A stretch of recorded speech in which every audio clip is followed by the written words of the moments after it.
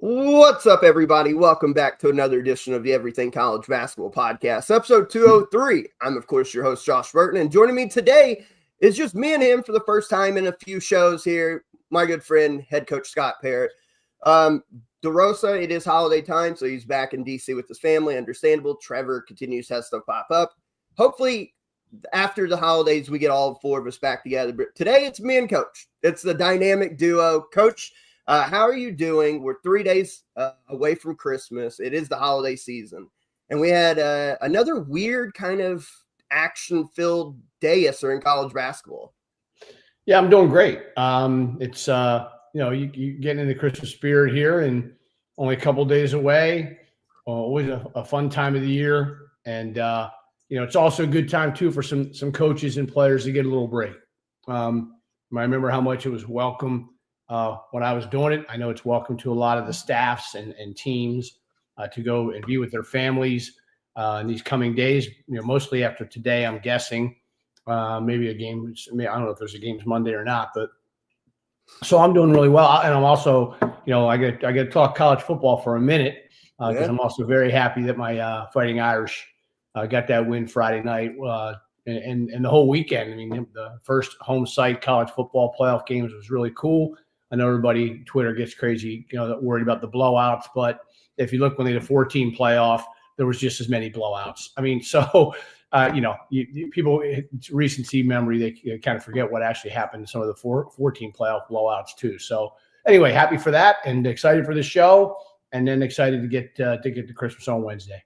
Yeah, shout out always first, man. Our guy Connor McCabe. He I think he waits on the live streams to pop up and just some first comment every time. So we are live as always on the Twitter, on YouTube, and on the Facebook group. So if you're following along live with us, as always, leave your comments, questions, anything, and we will get to them throughout the show.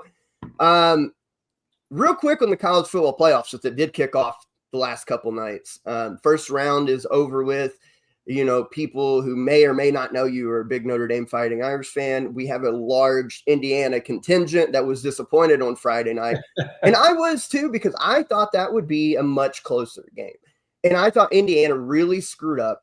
I know they won a bunch of games this year, dominating the run game that set up their pass. But after a while, Notre Dame kept shutting the run down. The only success they did have is when they would throw it. At some point, Signetti, you got to just let it go and throw, especially when you get down 2 or 3 scores. Just start throwing the damn thing. Well, I think he's just worried about it getting out of hand too quick. Because, Notre Dame's pass defense is very good. And by the way, the kid did start off shaky. I think he was like 6 for 15. He threw a lot of yards late. But, Notre Dame has an elite defense. They have all year. There's going to be a bunch of guys playing on Sunday from that defense. And, I think the result, the better team won, and I'm just excited to get a chance to play Georgia now in the first. When Indiana scored and then got the onside kick and then went down and scored again, was there a part of you thinking, "Oh my God, no"? As a coach, always, yeah. I'm like, because you just don't want to be the team or the fan of the team where that craziness happens too, Right. And so the coach in me was feeling for Marcus there and. Come on, man! Just grab the ball. Like the kid on the first onside kick, waited for it to come to him. That's you got to go get it. And the second one we got, but it would have taken a culminate. It would have had to be a perfect. Everything would have had to go absolutely ridiculously perfect for that to occur. And once we stopped the 2-point conversion on the one, it didn't matter. So anyway, little college football talk. The quarterfinal matchups would be great. The bowl games, the neutral sites. Be a lot of some tradition there with the Oregon and Ohio State in the Rose Bowl. How cool is that? But I think Oregon got the short end of the stick, being the number 1 seed and having to play Ohio State. But I think that'll be tweaked as the years move forward. I will say it is funny, since college football drives everything our sport does pretty much, with every contract and conference realignment that happens directly affects our sport that we have no say in it. It is funny to watch the college football diehards flip out over kind of who got left out. I'm like, we've been doing this for 50 years. We talk about this every year. Yep. And all I got to tell you, the same way we tell our teams in our sport, if you're not in the field of 68 and like your team's 69 or 70 and you have a gripe, don't lose. Like, it's that simple. Like, if you're Alabama, don't lose to Vanderbilt. If you're Ole Miss, don't lose to an awful Kentucky team at home. Don't lose to a decent Florida team. Just don't lose. I mean, it's simple. Especially, I thought, like, the Alabama argument was when the Oklahoma performance was so bad. Awful. I mean, if Oklahoma was a 9-3 normal Oklahoma team, 10-2 is one thing, but to go score 3 points at Oklahoma and then stand on your soapbox and scream you should be in, I just think that was warranted, no matter the result of the SMU game yesterday. To me, that's irrelevant. I mean, so anyway, look, that's what makes it fun, right? And we'll be doing the same thing in March. Yep. Who's in, who's out, who's on the bubble, who's earned it, who hasn't, who's played a stronger schedule. That's what makes it all fun. And I can't wait till we're doing that, here in March coming up. Well, I think we've kind of bantered around enough. Let's get into it. The title of today's episode is OHIO. For those who don't know, that is not only what the state of Ohio, but in particular the Ohio State University Buckeyes do to kind of celebrate their history in the state in which they reside. And we talk about that today because that was the biggest result of yesterday, Coach. We had some good games. We had ranked versus ranked we'll talk about, where Auburn continued to show their dominance over Purdue. We had North Carolina over UCLA. We had some other good games, but this was the biggest kind of shocker in the sport yesterday. In Madison Square Garden, CBS Sports Classic, you had number 4 Kentucky playing an Ohio State team who we came on here Thursday and talked about. They got blown out by Maryland. They got blown out by Auburn. They've not looked good. They've not looked cohesive. They've not been a good basketball team. And Kentucky makes them look like number 1 Tennessee. It's embarrassing. They lose by 20. Ohio State 85, Kentucky 65. The Cats dropped 14 spots this morning in KenPom. They go 15 spots. They go from number 11 to number 26 now. Their defense was rated 49th, now 61st. I'm really surprised it's not a little higher. Total system failure yesterday for the Cats, Coach. They led 21-20 was their last lead. And from that point forward, Ohio State outscored them 55-44. I'm trying to wrap my brain around what the hell happened yesterday. Maybe you can give me your perspective before I go on a little rant here, because I'm disappointed. I was completely shocked. Like most people, only because you just had no reason to believe, Ohio State, they kind of had to pull out of this funk or whatever was going on, or weren't they just very good? And so now at least you see, if you're the Ohio State coaching staff, what you're, when things are going right, what you're capable of doing. And so now I think that's the standard with which they'll try and move forward, probably gain some confidence from this, which is what they needed. And sometimes when teams are backed into a corner, and have that little extra edge, they tend to come out fighting and play well. And I got to give Ohio State a ton of credit after those 2 overwhelmingly embarrassing losses. As for Kentucky, how do you sum this up? I'm not sure, other than hopefully just a hiccup on the bump in the road here, because obviously heading into what they're heading into coming up, they're going to have to be more consistent and play better. There's just no 2 ways about it. Well, Coach, if I would have told you or anybody pre-game that Kentucky's going to shoot 32 free throws and make 27 of them, we would have thought it was a blowout, because that's especially shooting that many, right? A lot at the end of the game, you're up by 10. Yep. Yeah, you're right. I would have. And here's the thing. Without those free throws, without getting Ohio State in foul trouble, this is even worse. And so let's get into it. You kind of asked, is this a bump in the road for Kentucky? What happened? Well, I'll tell you a couple things from my perspective of what happened. One, Ohio State had Kentucky extremely well scouted. Every time Kentucky went to their double stagger screens, kind of their little motions that they run, they didn't do a whole lot of zoom action because they couldn't get into it. They were bumped off their spot. But every little thing Kentucky tried to do offensively, Ohio State had it scouted out. They were pretty much calling it out, what they were trying to do.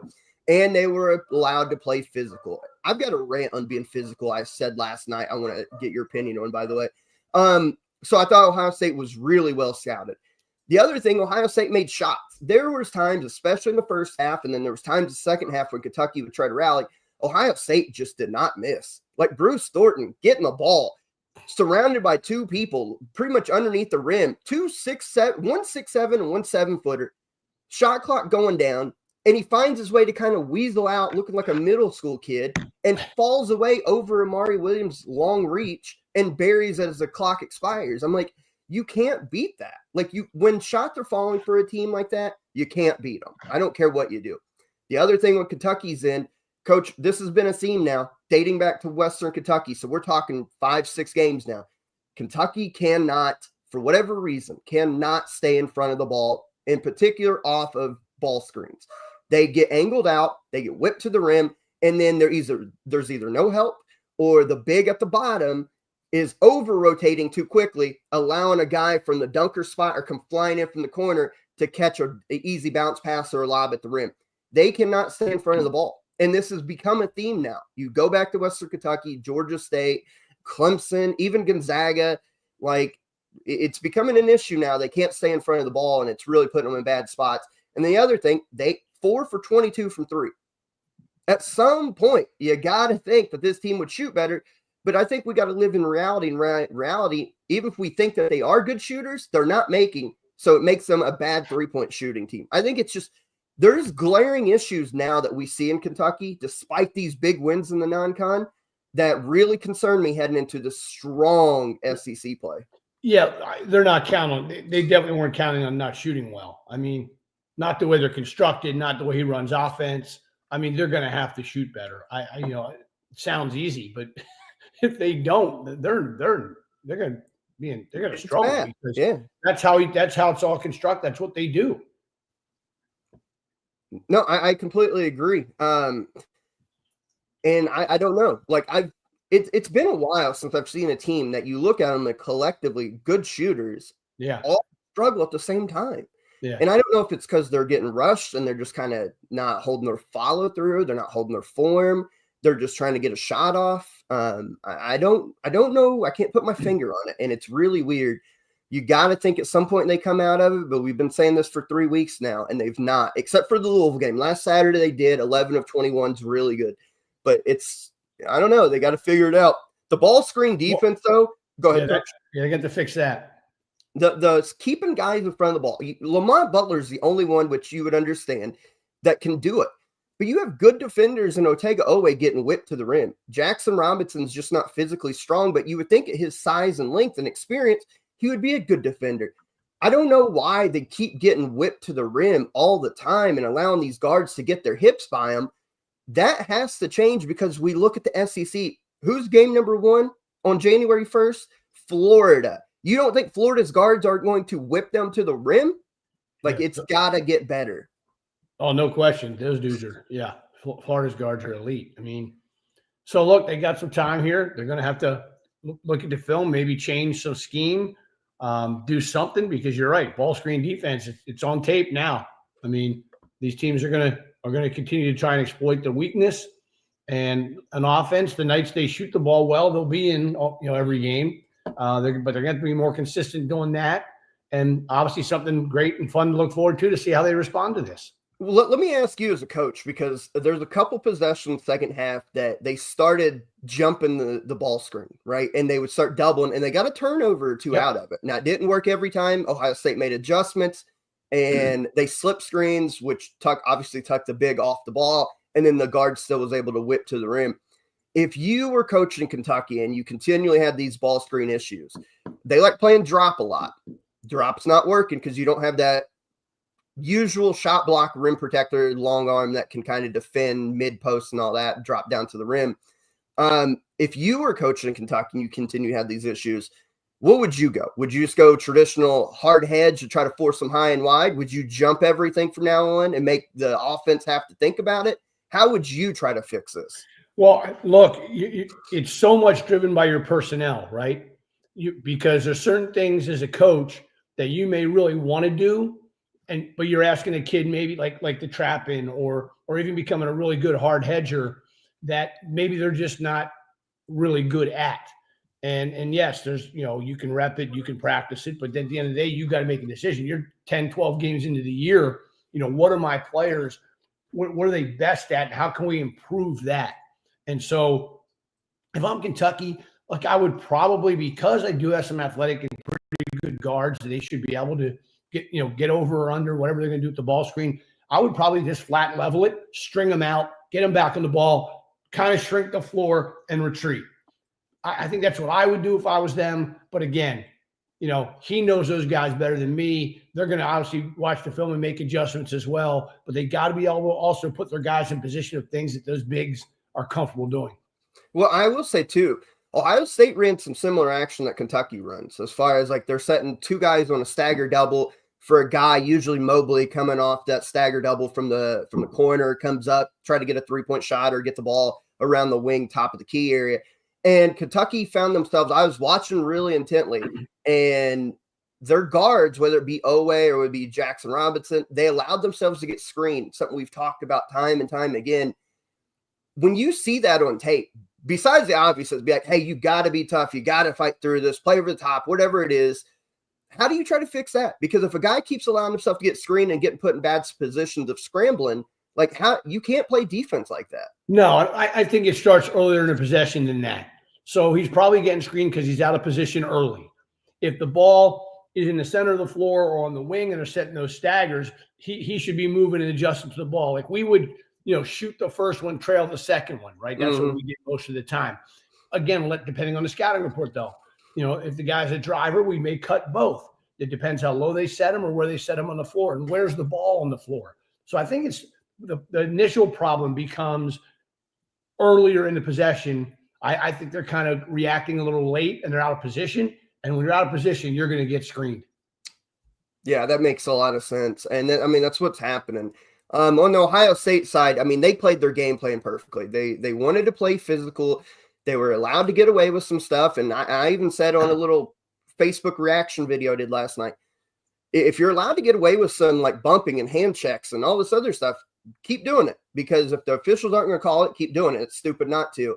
And then they made shots. Like Bruce Thornton, career high 30 points last night. 13 of them did come from free throw line, but he made a ton of plays last night. They got 11 from Aaron Bradshaw, who former Kentucky player last year, who just came back. He's hitting 18-foot pull-ups. It's just one of those nights that everything went Ohio State's way. They were well scouted. They played their game plan. They slowed the game down. Kentucky had a season-low 65 points on – where's that field goal is at here? They went 17 of 57 from the floor, coach. 17 made field goals. Ohio State had a game plan. They stuck to it. And, of course, when you're missing shots, it really helps playing that game plan. But, hey, I got a rant, and I said this last night, and I had people agree with me. You may disagree. But I grew up in an era. I played in the 90s as a kid. I played middle school, high school, in the early to mid-2000s. So I was like that last generation of what true physical basketball is like. Back then, we were still allowed to hand check. You're allowed to have a hand on the guy's hip to kind of turn him a little bit. Defensively, if a guy's bigger than you, you're allowed to you couldn't shove your forearm, but you could put a forearm in his back to kind of control him a little bit. We're allowed to play super physical. The game changed about 12 years ago with the way the game's called. I'm tired of these college announcers and other people in the sport that try to praise this physical basketball when all it is a mugging, coach. Like, you look at what quote-unquote physical teams now. And what's that mean? It means that when the ball handler has the ball, they're crowding their airspace, they're knocking their hands away from the ball, they're body bumping them with the chest, knocking them off the center line there. Defensively, when the ball's driving down the lane, you're ripping arms, you're hitting them. All this stuff is considered physical now and is praised because, you got to be tough. But the rules changed 12, 13, 14 years ago. It is a foul, and it's a foul every time. We have to stop praising physical defense for a mugging, and it frustrates the hell out of me. And I said it when Kentucky does it, I'll call it out. When Ohio State or Tennessee or South Carolina or whoever it may be, we have to stop praising this mugging style defense when it is a foul. By the rule book, it is a foul. Yes. So two things here. One, there can be physical play, physical defense without fouling a ton. And then there is what you're talking about. There is, blatant physical fouling, especially knowing a crew may not call them. And so that's where the problem occurs. Like, we all as coaches, we want our teams to be physical, but that doesn't mean we want them to foul. Right. being physical means, to me, like, you said, yeah, on the ball, you got to be careful, right? You don't want to get dumb fouls out 30 feet from the basket, but you also want to try and push the offense out high on the floor. Same thing on post play. Being physical means doing stuff early, right? Moving them out, hips and shoulders, and without shoving people and elbowing and doing all that physical stuff. That has to be controlled though. And that's my problem with it, Josh, is when you watch one game and they don't call all that stuff, and then 2 hours later in another game they do. Mm-hmm. That is, as a coach, that's what is the main problem. Yes, it should not be a mugging. They should be fouls. Call a foul a foul. I get it. You're not going to see every one, but the obvious ones are pretty easy. But I can't stand it. If I play you on a Tuesday night and it's a physical war, and both teams are fouling the crap out of each other and nothing's getting called, then on Thursday night I go play another team, and if you touch a guy, it's a foul. Yep. You can't coach your kids. What do you tell them? Yep. Because that to me is what leads to your point, and the referees are the ones that have to make, from the start of the game, the first 3 minutes. I mean, call a foul a foul. Well, and to your point, it's like we all want physical play, but done in the right context. Yeah. Like we want, like, if you wall up a guy, but your hands aren't on him, but you use your chest and you get your body in front, that's physical play that we accept. Yes. Not when a driver is attacking the rim and maybe he gets a step by you, so you have to try to recover, and you're reaching and clawing and grabbing, and the officials let it go. We don't want 500 free throws per game and it be a free throw shooting contest. We don't want that, but there has got to be a foul is a foul. Like, if you are getting away and you get praised for being physical, of course your team's going to keep doing that because that's going to become their identity. But referees have to step in. And the thing about it, Coach, in tournament games, this does not happen. Tournament games are ref completely different than regular season games. So it's like, that's why I think you see teams like, no offense, South Carolina, they had a great regular season last year, but they were one of these physical teams. They got into tournament play. It was more wide open. Officials let kind of more stuff go. And they were out in round one. So if you're going to call it in the tournament one way, you got to start doing it in the regular season. You just have to. It's been a pet peeve of many of me and many of my colleagues for years. Yeah. Getting that stuff under control and doing it early in the game and being consistent with it. And then you can talk to 5 different refs and sometimes get 5 different answers. Then that drives me crazy. And so anyway, yeah, I don't know what to say about that, but except for the points that we've made, and you can only hope that you have crews and supervisors and evaluators that are talking to these refs, which they say they are, and sending clips to them and making sure that they call a foul. God rest his soul. He was a friend of our show, and he was a voter in our poll. Passed away. It was 18 months ago, 2 years ago at this point. John Adams was head of the director of officials, and he came on here and explained a lot of that about how they're always evaluating.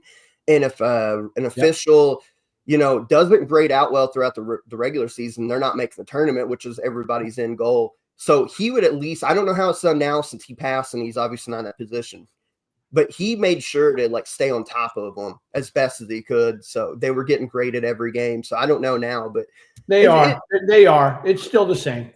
Okay. Well, it's annoying to watch teams be able to physically maul an offense and then get praised for how good a defense. It's not defense, guys. That you're not moving your feet. You're getting beat and then trying to recover and ripping arms. That's not good defense. But we praise it for some reason. It blows my mind. It frustrates me. It was on my mind last night. 1 second. Yep. Man, I'm still trying to recover. The last thing on this game. This was an awful loss. The first real dud embarrassment of the Mark Pope era. And I think he said as much in the post game last night. You want to give a lot of credit to Ohio State. They needed this win. They look good. But I'm not going to, as a Kentucky fan, I'm not going to say, oh, that's an okay loss. That was a bad loss. That team had been getting their ass blown out by Maryland and Auburn and all these other teams. That's not a good loss.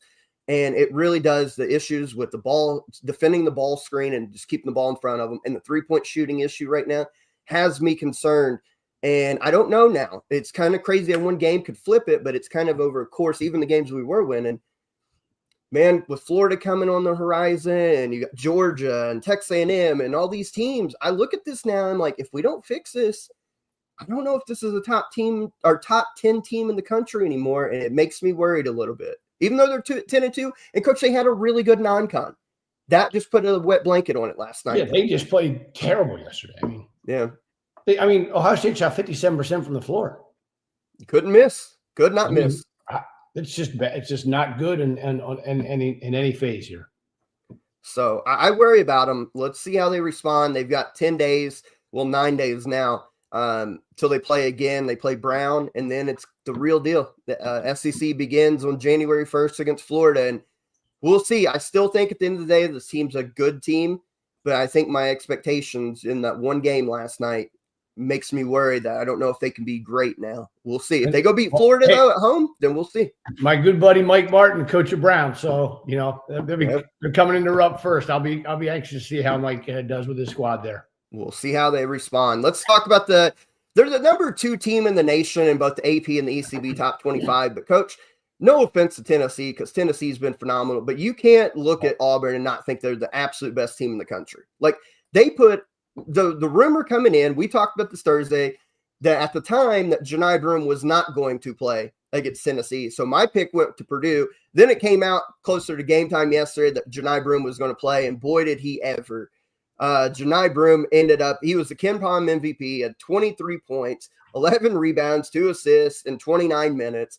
He's the National Player of the Year at this point. Auburn, to me, is the best team in the country. Even over Tennessee, and they put an absolute hurting on a pretty good Purdue team we've talked about a lot this year, 87-69. I mean, I know the debate can rage on. Tennessee's not lost. They're number 1, and I get that, but Auburn's the best team in the country. Well, I mean, it's definitely for debate. I mean, yeah, they look very impressive. I'm looking here. When does Auburn play Tennessee? They play them 25th of January. 25th of January, yeah. And they only play them one time, and it's at home. They get them in the jungle. And Auburn's SEC schedule to start is actually not a gauntlet. No, they get Missouri at home January 4th. Yep. They play at Texas, at South Carolina, home against Mississippi State, who we're going to talk about. That's a good Bulldog team. Away to Georgia, that's another good Bulldog team. So, no, you're right. Theoretically, they should start 3 or 4-0. Yeah. Could be. They could. That game could be an unbelievable matchup. Yep. On the 25th of January. Yep. But I look, Auburn. That game was ever close, right? I mean, Auburn jumped them right away. Broome played, and he had 12 and 6 at the half. I mean, on his way to what he doubled it at 23 and 12, whatever you said. Yep. They're up big. They're up big at the half. They ended up winning by 18, and they beat a good team. Purdue led. Their last lead was 11-10. Yeah. 15-25 to go in the first half. Yeah. And look, Auburn was up. This almost sounds like unreal, Coach. Their largest lead was 7 minutes to go in the game, was 72-39 against Purdue. Matt Painter's teams do not go down that much. No. 72-39. No, they're really good. They have a special player, and they have a great team. And they're going to, they're one of those ones we talked about, number 1 seeds, et cetera, and the SEC machine rolling. And they just keep making statement after statement. And there's no longer there's nothing even to say at this point. They can't wait for the league.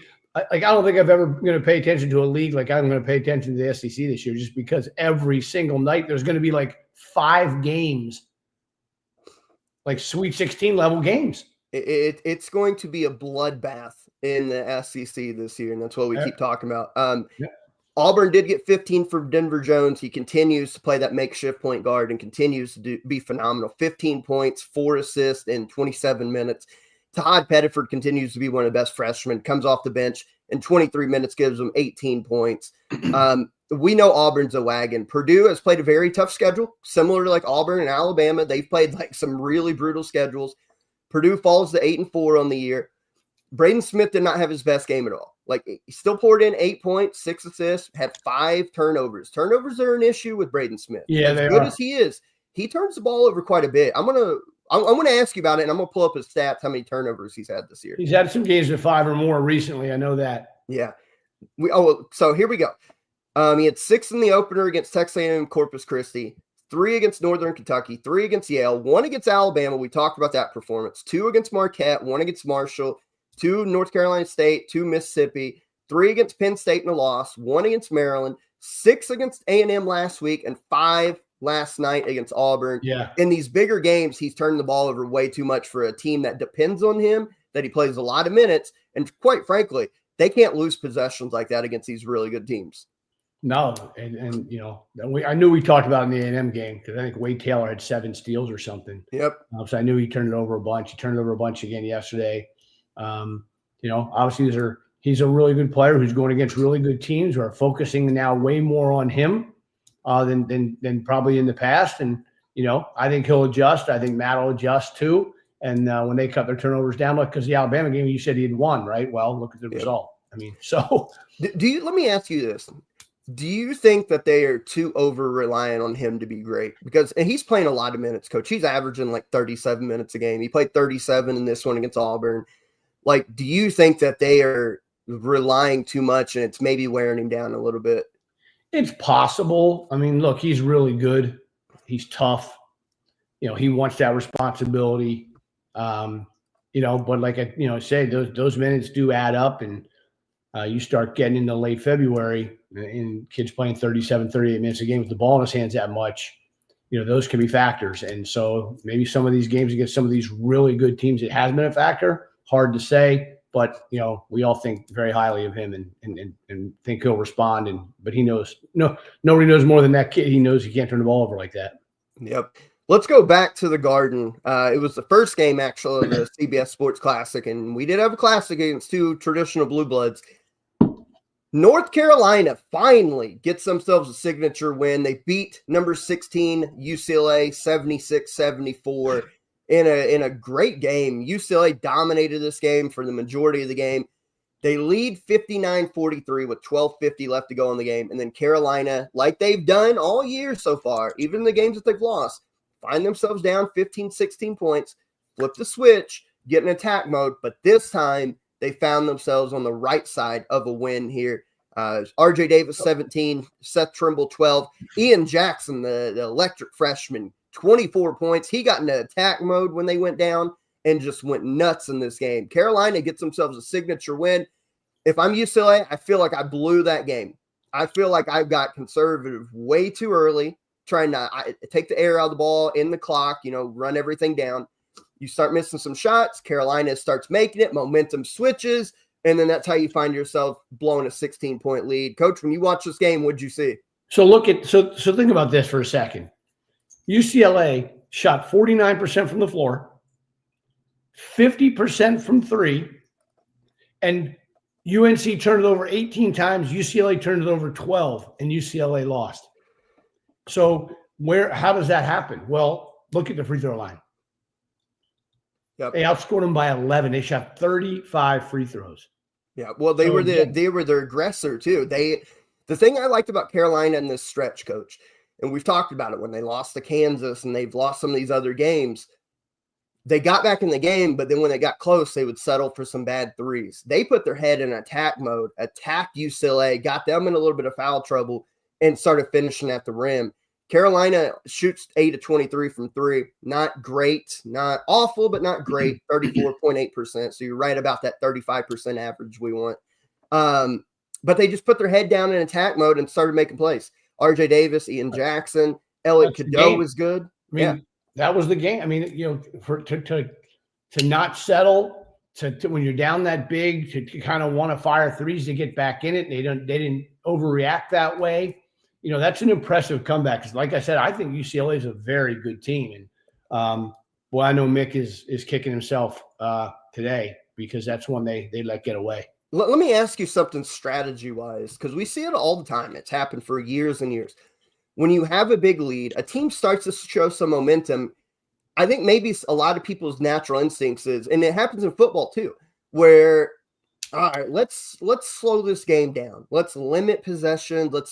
But you almost get too conservative, and it breaks any rhythm that you did have. What's the balance there for you of when to kind of like, all right, let's be smart about this, slow this game down, as opposed to let's keep playing our game and see if we can't maintain this, maybe even grow it. Because to me, I thought UCLA got too conservative, too quick, and it backfired on them. Well, yeah, I mean, it is a tough balance because you're playing with the lead. You think your team's playing well. They make a couple shots and they're making a run. You want to kind of make sure, okay, I'm going to make sure we get a really good shot here. Then maybe you miss that shot, and here they come down. And yeah, it's a tough balance, Josh. But I'd like to let our guys, play our game as much as they could because I just wanted them to have the confidence that hey, there's going to be ebbs and flows, But you got to make sure too. You have a 10-point lead under 4 minutes. What is good shot versus bad shot? We don't want the wrong guy taking the wrong shot. Those types of things can really get you when a team's making a comeback. And so you got to kind of have a really good balance, but you also got to have a plan. Like this is what we're going to do and how we're going to do it. And still, though, at the end of the day, guys got to make plays and make shots. That's right. Well, that's how you stop a run. That's how you close out games. And when you go cold and another team's got momentum, and it can get back or close very quickly. Well, I tell you what, UCLA, they got 48 combined from Tyler Bilodeau and Sebastian Mack, 26 for Bilodeau, 22 for Mack. Those two were phenomenal, especially when UCLA was dominating this game. Those two made a ton of plays. And then down the stretch, they kind of lost the rhythm, and I think some of that, too, does go back to a little bit conservative. Now they're finding themselves trying to get shots off late in the clock. But Bilodeau and Mack were phenomenal.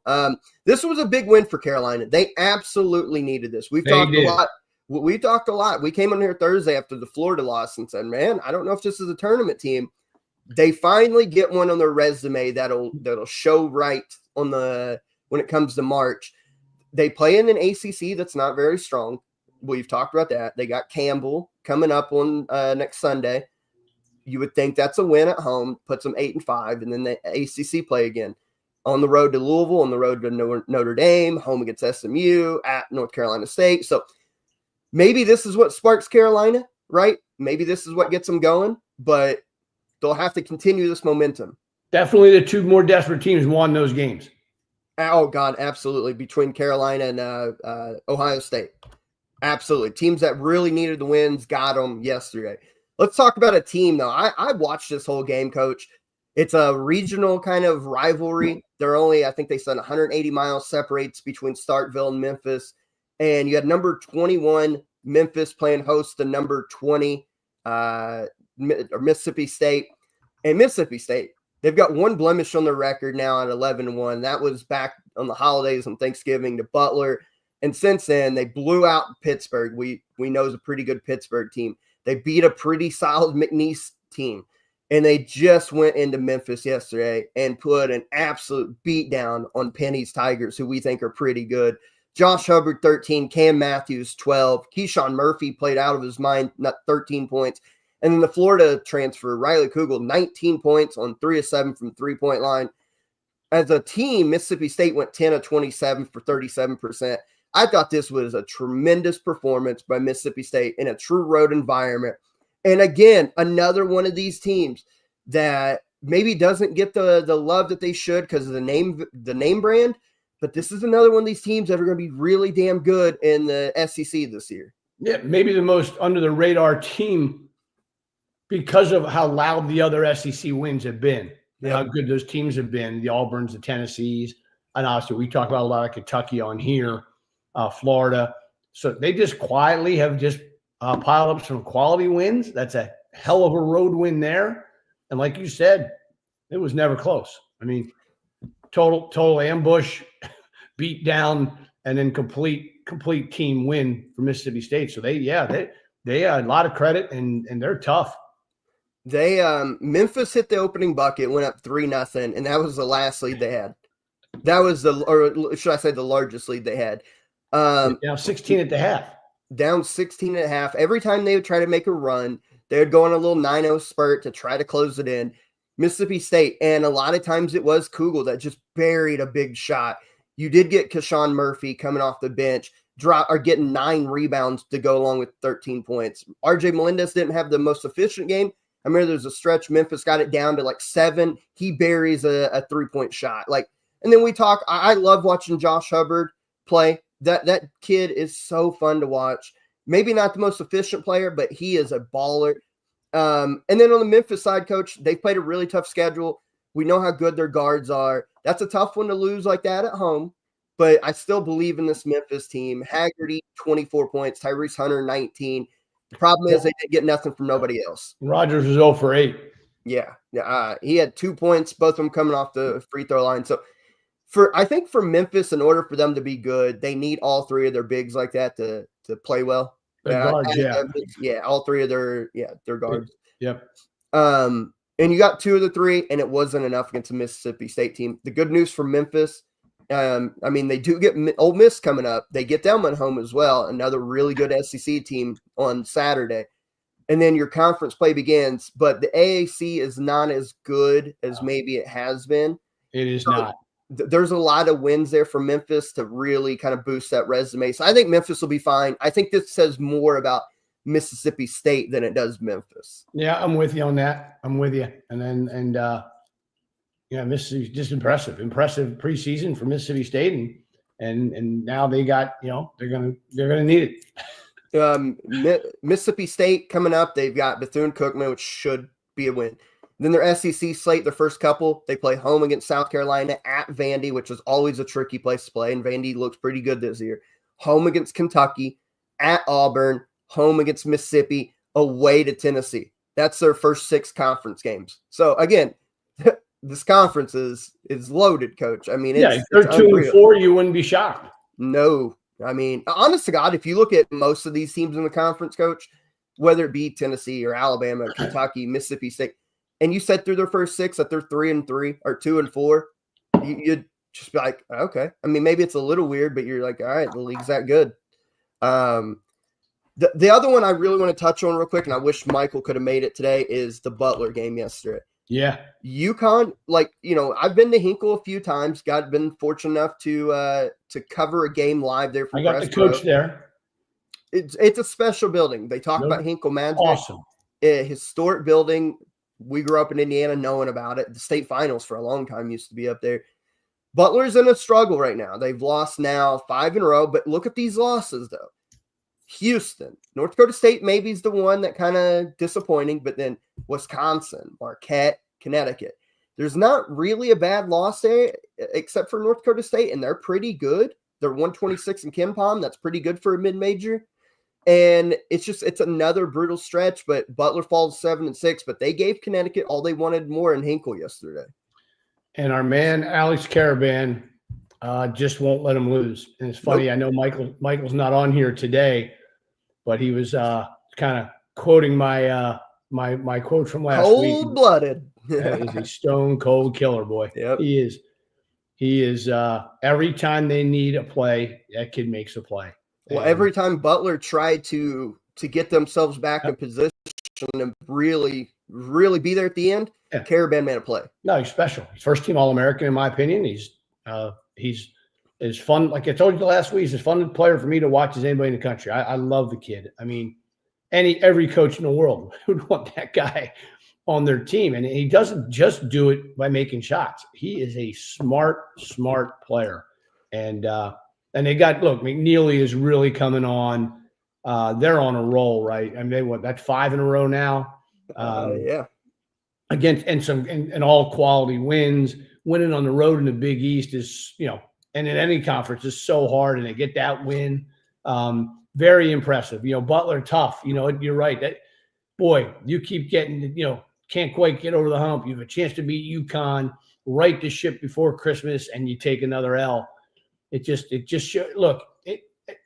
Everybody that listens to this show and watches this show will hear this from me all year long. It is so hard.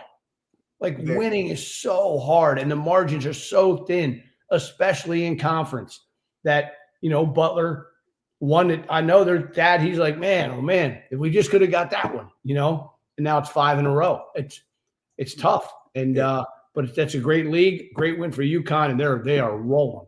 Well, as much too as kind of losing a bunch of close games can snowball to keep more losing, winning like you've just kind of mentioned, if they could have got this one, it could have sparked them on a big winning streak themselves. Like winning's contagious the same way losing's contagious. And UConn's got, like, look, they're rolling right now. And they got a chance to win.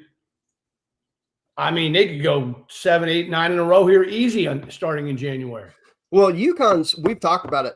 Since Maui, they got back into the lab and they figured themselves out. Defensively, they fixed a lot of those issues. Honestly, what UConn did after Maui, fixing the defensive issues, is what I really hope for Kentucky, is where they figure this out and put it together. Because we always knew Connecticut was a good team. We talked about it after Maui. They just needed to fix some things. And they got the freshmen to grow up. McNeely's been phenomenal since then. You get good production from some of the sophomores like Solo Ball. Even though he didn't have a great game yesterday, he's still a contributor to the winning process here. And look, even we've been kind of hard on Aiden Mahaney, and he's 10 minutes, not probably anything he ever thought, but he did give 7 points. It's a slow kind of like, all right, let's see if that builds on that. And then Caravan, we've talked about, makes plays. Really good win for Connecticut on the road. Butler never led in this game. At home, they never led. And I think a big part of that, Coach, and I wish DeRosa was here, I love Jemai Telford. I've seen him a couple of summers ago playing for one of the Canadian national teams or whatever it was. And he's a born scorer. Played 39 minutes, only gave him 7 points on 3 of 12 shooting. They need him. He did give 7 assists, so he did contribute. But I think for Butler to be at their best, Telford's got to be like an 18, 20-point scorer per night. Yeah. So look, another Big East road win too. Marquette beat Xavier on the road. Yep. You look at Princeton won on the road at Rutgers, and then look at SMU what a win. BC on the road. I mean, look at some of these scores that road teams. What a win for Princeton, by the way. Huh. I mean, the kid, who was it? Was it Harper from? I think it was Harper. Maybe I'm wrong. Maybe it was the other freshman from Rutgers. Hit that 3 to tie it, and then Princeton comes down and buries the game winner. Just crazy. I mean, Princeton's good again this year, 9-4. Yeah. What a win. They're going to be a factor to win the Ivy League and make the NCAA tournament. And they're going to be one of those teams in the first round that, whether they're 14, 15 or whatever, they're going to be some 2-3 seed that does not want to see them in the first round. The way they tempo, they got dudes who can make shots. Caden Pierce is the kid that hit the game winner. They got Xavier Lee. Like, this is another one of those teams that nobody's going to talk about during the regular season. You're going to see them in the bracket matched up against a Kentucky or Tennessee or whoever, and you're going to look up in that game with 2 minutes to go, and it's going to be a tie game. I mean, they're just that good, man. No doubt. I agree. They're that good. Xavier, real quick, you mentioned that one. They're having a tough go of it right now. Did you see the call at the end of the game? So I forget what game was on. Non-call time. I think it was Mississippi State Memphis game that I was primarily focused on. So I didn't watch a whole lot of this, but Xavier's lost 3 in a row now, all in conference play, and they lose another close one. Remember back on Wednesday, they probably should have beat Connecticut on the road, dropped that in OT, and then they lose at home by 2 to Marquette. But no, tell us about the call. I didn't see it. So Xavier kid is dribbling up the floor, down 2, 4-3, 2-1. Kid from Marquette kind of is trying to stop him in the open floor, and leg, arm, both kind of, just trip the kid, falls on his face, ball bounces, buzzer sounds, game ends. Oh my God. That's brutal. I'm not sure how they let that one go, but tough way to lose a game at the end. Well, Coach, it goes back to our original thing, right? Physical defense. I mean, you got to let it go, right? Man, so I can't imagine how sick Xavier is this morning after that, because it was right in front of their bench too. It's brutal. Yeah, it was a tough no call. I mean, Xavier, they played a pretty decent schedule, 3 in a row to pretty good teams, right? Cincinnati, Connecticut, Marquette. So there's not a lot of shame in that with 2 of them being on the road, but look how close they were to winning all 3 of them. I know. I mean, look, seriously, like, they lose Cincinnati by 3, they lose in overtime at Connecticut by 5, and they lose to Marquette by 2. So they've lost 3 games in a row by a combined 3, 8, 10 points. That's heartbreaking, Coach. As a coach, I would imagine, road and 1 in overtime. Yeah, and then the other one a rivalry game. So as a coach, I'm sure that's probably thinking like, damn it, we needed some of those. The other part is thinking, all right, well, we've been in position to win all of them, but we got to get over the hump. Good for those guys. Big road win for Marquette, though. They're tough too, and they have obviously a first team All-American as well in their team. Brutal. What we want to do now is give some love to our newest sponsor this year. We're happy to have W on board.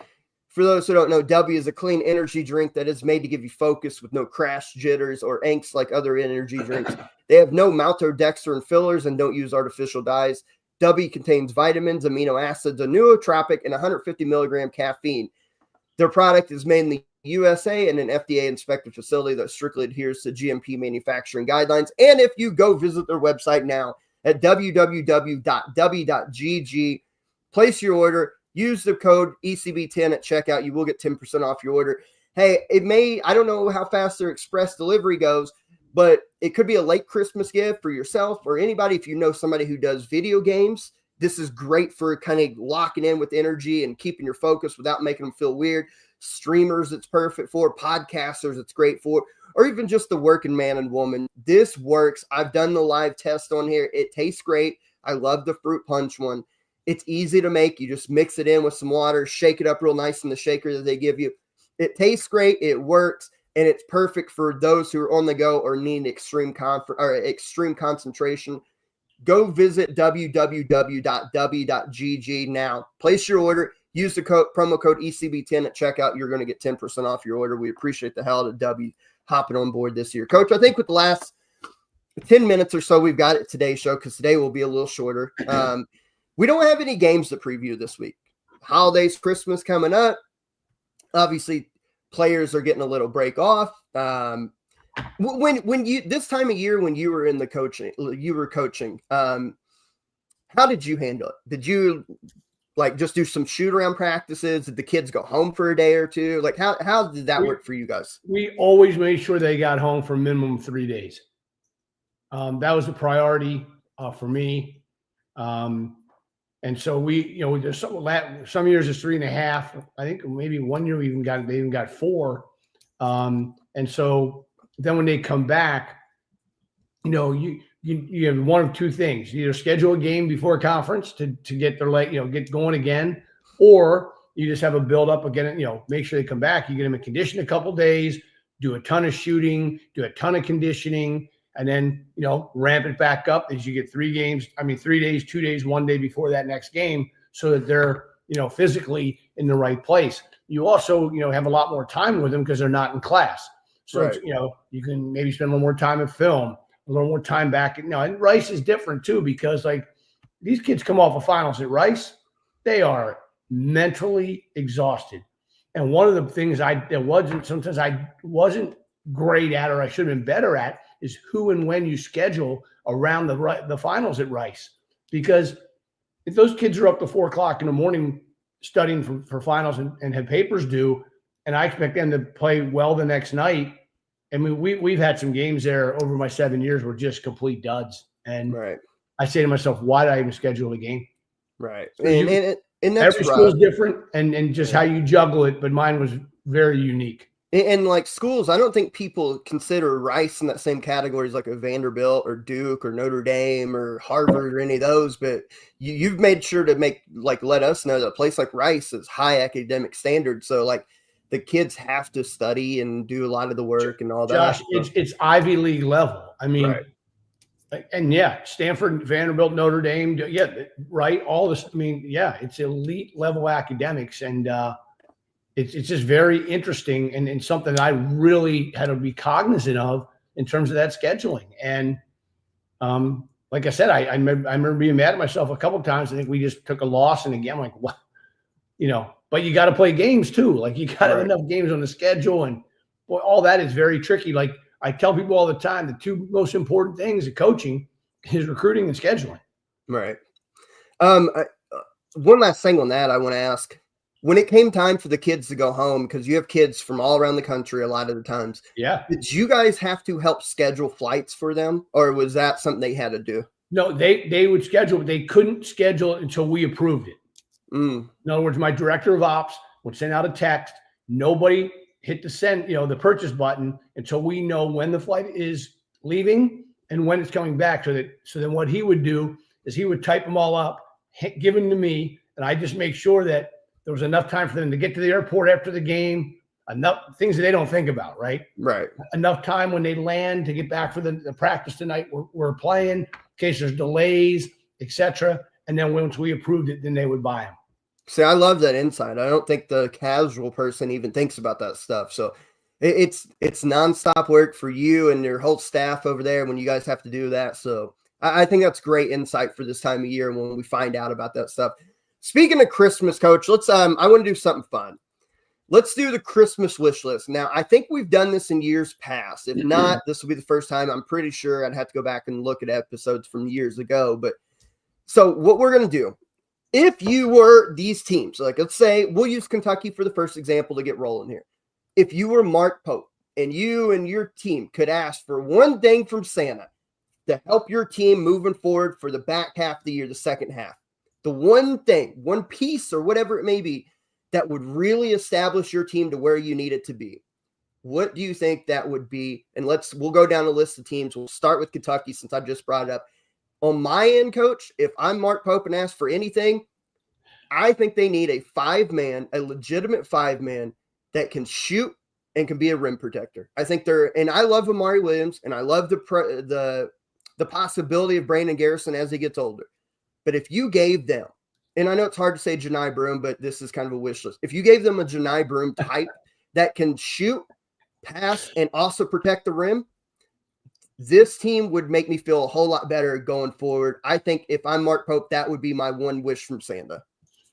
My wish for him, for Santa, is a Steph Curry shooting video so they can all get the right mindset to shoot better than three. Duke, if they could ask Santa for one thing, what do you think it would be? That Cooper would stay in school for 2 years. I like that. I think if I'm Duke, I ask for Tyrese Proctor to hit full maximum potential the rest of the way. Because if he's that good, what we think he can be, and he's shown flashes, Duke can win the whole damn thing. I think a lot of it relies on him at point guard. If he plays his potential, Duke can win the whole damn thing. Kansas, if they were to ask Santa for one thing, what would it be? Stay healthy. I've been debating on this one because I love the pieces they have. I think Zeke Mayo is really good. I would say if I'm Kansas, I'm asking Santa for more depth in the bench. They killed him last year. That's why I said stay healthy. Right. I think bench depth, have another guy or two off that bench that can really play big minutes. I think that would be mine for Kansas. I think either one of those would be good for Bill. Indiana. If they were to ask Santa for one thing, I know what mine is. Go ahead.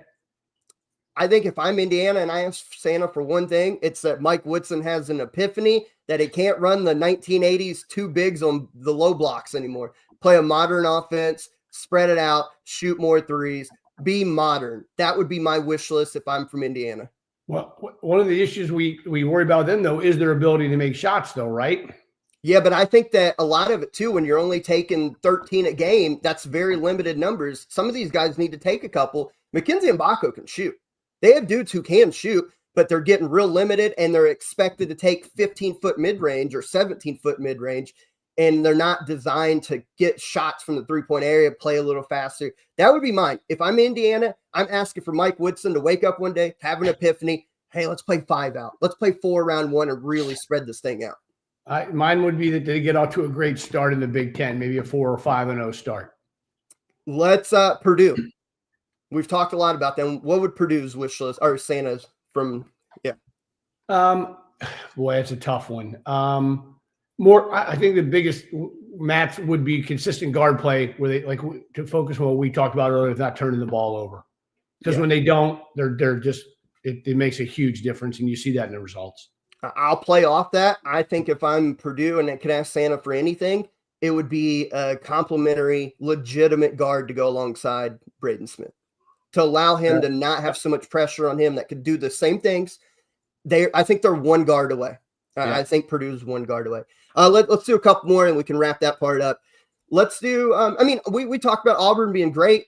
What could they possibly want heading SEC play, Coach? If you were Bruce Pearl, what would you ask Santa for? A framed picture of Janai Broom. Because as long as he is that guy healthy, they're going to be okay. Yeah, I think the easy one's just health, right? No more plane fights, no more nothing like that. I love that frame picture. That's awesome. I had one. Oh, UConn. If you were Danny, what would your wish Santa be? Boy, there's a lot of ways you could go here, but he's gonna wish for something calming in his stocking, something that'll keep his blood pressure down and not get himself so wound up with the referees. But boy, what a great job he's done since Maui, and they're gonna be fun to watch the rest of the year, and will be a Final Four contender in my opinion. We'll make sure to send Danny a bunch of like bath bombs and sage to like calm him down. Boy, I'd love to see him to get a. If he heard me right now, he'd probably be cussing me out. So I'm, For Connecticut, for mine is, I think you want to see the best of Aiden Mahaney. If you get him to his very best, they're already That's good. A good one. If you get the very best of Aiden Mahaney, damn, this team. That's a good one, Josh. That's very good. Well, a couple more here. Trevor, it made me realize we haven't said North Carolina. If you're Hubert Davis, what would you ask for? Consistent big play inside. Somebody just give him consistent play inside. Yeah, I think that's the easiest one. You ask for Van Allen Lubin or one of your bigs to step up and be huge, or you pray that you can ask Santa to make somebody grow over the winter break and turn them into like a 6 foot, a 6'10", 7 footer somehow. I think that Santa's capable of a lot of things. That's a big ask. What, you mean they can't keep growing? We'll do two more. Gonzaga. If you mark few, what would you ask Santa for? Boy, that's a tough one too. I don't know. What do you do? What do you have on that one? See, I'm sitting here thinking because guard plays fine, right? The bigs are good when they get going. I think Gonzaga, in order to be truly elite, is a wing player, a two-way wing player away. No offense to Dusty Stromer. Caleb Battle's been really good, so I'm not even counting him, but Nolan Hickman has been very disappointing, in my opinion. I think if you gave him another, like, say, 6'7", prototypical three-man that can really shoot, score, pass, defend, I think that he would ask for kind of like that, another wing that can play both ways, and I think they're ready to roll. That's fair. I mean, it's hard to argue that. I think that would be a heck of a something in under the tree if you got that. And then we'll end this one just for fun of it. Arkansas. What does he want under the tree? Boy, I think they got to find their. He's going to wish Santa can deliver a team that can find their identity early in the SEC, because if they do, they have talent to win a lot of games. If they don't, the wheels could come off the wagon. Completely agree. Listen, they're playing better right now. I got to give them a lot of credit. They're playing better. They had like a 30-point blowout against Cupcake yesterday, but they look good again. I think if you're Arkansas, you ask Santa. I think it go two things. I think one is you just pray Adu Thiero stays healthy the whole way, because without him, they have no shot. And the other one is you pray Cal doesn't screw it up.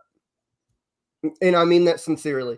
You ask Santa to bring Calipari back from the early Kentucky, the old Memphis days, that he was aggressive and that he didn't overthink things, and he played his best players when they needed to play, and he didn't try to cater to guys' egos, even if they were playing poorly. I think you ask Santa to bring the old Cal back that had balls of steel and did anything to win. One of those two, either keeping Adu Thiero healthy or asking for Cal to be aggressive again and not overthink things. Because if they do those, to be honest, Arkansas has got a chance. They're playing better right now. So I think that was fun, asking Santa. We'll see what happens on the back end of the year. Coach, let's I think it's only right ahead of Christmas to do some shout outs, give some people love, since it's kind of the season of giving, season of love. I got 3. I'll make mine real quick.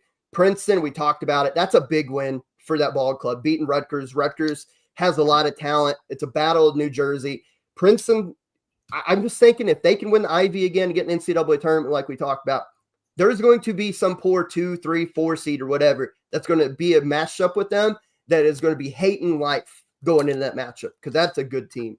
The other one, Mississippi State, coach, they have a legitimate shot to finish top 3 in the SEC, maybe even win it if everything plays right. This team can shoot. They defend. They're tough.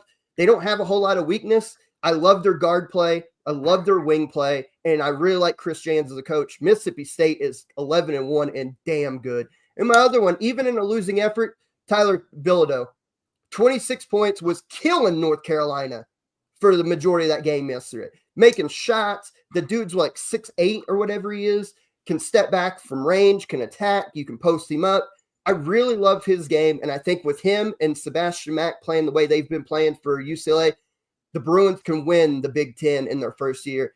Shout out to Tyler Bilodeau, because I think that kid is really talented. I got a couple here too. First, the shout out is to how much fun this SEC league play is going to be. I also have a shout out to the great preseason matchups we have seen this year. I just feel like it's been an incredible amount of great non-league high, conference versus conference, high major games. Again, shout out to Danny Hurley for all the grief he took in Maui to righten the ship in this run that they're on. And my last one is I'm going to give a shout out to Drake. What a great job he has done. What a cool story that is with the D2 kids that he brought with him. And he's just a hell of a coach. And so those are mine. I love the Drake one, coach. I've had him in my top 25 ballot for the last 3-4 weeks now. They're 11-0. They beat Kansas State. They beat Vandy. They beat Florida Atlantic. And they listen, the Valley is going to be a challenge. But if you told me there's one team in college basketball that could go undefeated heading into the NCAA tournament, I think Drake's got the pieces to do it. Yeah, and who would want to play them in the NCAA tournament? No, my God, nobody. Like they give me Wichita State vibes from 2013. Yeah, 14. There you go. They really do. So, yeah, I love that shout out to Drake. Let's see how they do in the Valley. But we appreciate the hell out of all of you guys on this Sunday ahead of Christmas. We're 3 days from Christmas. I hope everything goes well. You enjoy time with people you want to be around, that you consider family, that you love. I hope if you're into the gift giving and all that, you get what you want and you're able to give other people, because to me, giving is always more important. I love that aspect of it. I'm a giver at heart. And we appreciate the support. We officially now wrap up the first half of year 7 for us. When we come back, we will basically be kicking off the second part of the college basketball season, which is crazy. We're already here. And then things get real fun. SEC play begins, Big Ten, conference play officially begins. I think what we're going to do is we'll take Thursday off since we don't have a lot to talk about. And then we'll come back next Sunday for episode 204. And then it's time to get into the nitty gritty from there on out. Hopefully we'll have the full crew with us. But for everybody here, I think I can speak for Coach and Trevor and DeRosa and everybody here. We hope you guys have a Merry Christmas. Enjoy it with the people you love. And we will catch you guys next Sunday where we have a whole lot more to talk about. Until then, Merry Christmas, everybody. And we'll catch you guys down the road. Merry Christmas and Happy Holidays.